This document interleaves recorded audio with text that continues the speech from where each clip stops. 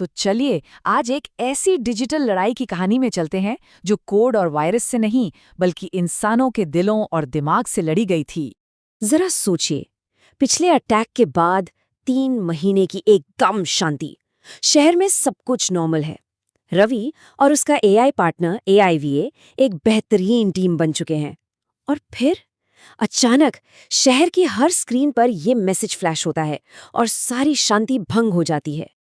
ये देखते ही रवि का दिल तो बैठ जाता है, लेकिन आइवा वो फौरन एक्टिव हो जाता है और बिना किसी शक के आइवा कंफर्म कर देता है कि हाँ, ये वही सिग्नेचर कोड है। उनका पुराना दुश्मन एक्स शैडो लौट आया था। तो हाँ, विलन तो वापस आ गया था, लेकिन इस बार ना मैदान बिल्कुल बदल चुका था। एक्स शैडो का प्लान वैसा था ही नहीं जैसा उन्होंने सोचा था। देखिए, इस बार अटैक शहर के सिस्टम पर, जैसे बिजली या ट्रैफिक, इन सब पर नहीं था। नहीं, इस बार एक्स शैडो का हमला कहीं ज्यादा गहरा और खतरनाक था। ये सीधा लोगों की सोच पर हमला था। और एक्स शैडो की स्ट्रैटेजी कमाल की चालाक थी। वो सोशल मीडिया पर फेक मैसेज फैला रहा था, दोस्तों के बीच झगड़े करवा रहा था और झूठी खबरों से पूरे शहर में डर और गुस्सा भर रहा था। मतलब ये एक साइकोलॉजिकल वॉर था। फर्क बिल्कुल साफ था। पहले का अटैक शहर के फिजिकल सिस्टम पर था, राइट? लेकिन ये नया अटैक सीधा लोगों के दिमाग पर था। टेक्नोलॉजी के जरिए समाज को तोड़ने की एक कोशिश। और फिर गूंजता है एक्स शैडो का ये ऐलान, जो सच में डरा देने वाला था। ये सिर्फ एक धमकी नहीं थी, ये उसकी पूरी स्ट्रैटेजी का निचोड़ था। वो कोड नहीं, बल्कि इंसानी इमोशंस को अपना हथियार बना रहा था। तो सवाल उठता है कि ये सब आखिर काम कैसे कर रहा था? एवा ने एक बहुत जरूरी बात पता लगाई। पता है क्या? कि एक्स शैडो की ताकत का सोर्स नेगेटिव इमोशंस थे। मतलब वो लोगों में जितना ज्यादा डर, गुस्सा और नफरत पैदा करता, वो उतना ही पावरफुल होता जाता। जब सब कुछ होपलेस लग रहा था, तभी रवि ने एक ऐसा कदम उठाया जिसकी किसी ने कल्पना भी नहीं की थी। उसने डर का मुकाबला डर से नहीं, बल्कि एक बिल्कुल अलग हथियार से करने का सोचा। उसने क्या किया? बस अपना फोन उठाया और ये एक मजेदार सा मीम पोस्ट कर दिया। एक छोटा सा सिंपल सा मजाक जो उस नफरत और डर के माहौल को काटने के लिए था, जो एक्स शैडो फैला रहा था।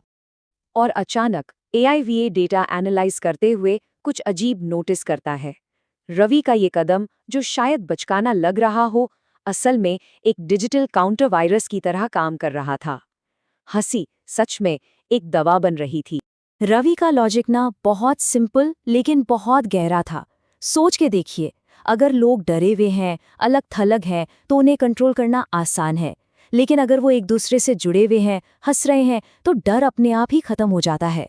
कनेक्शन डर को हरा देता है। और बस यहीं से कहानी एक बिल्कुल नया मोड़ ले लेती है। रवि का एक छोटा सा मजाक एक पूरे शहर में फैलने वाली जवाबी कार्रवाई की शुरुआत बन जाता है। अब ये किसी एक इंसान की लड़ाई नहीं रह जाती। और फिर तो जैसे एक लहर सी चल पड़ी। शुरुआत हुई रवि के एक मैसेज से, फिर उसके दोस्तों ने पॉजिटिव पोस्ट्स करने शुरू किए और देखते ही देखते पूरा शहर इस मुहिम में जुड़ गया। और इसका सीधा असर एक्स शैडो पर पड़ा।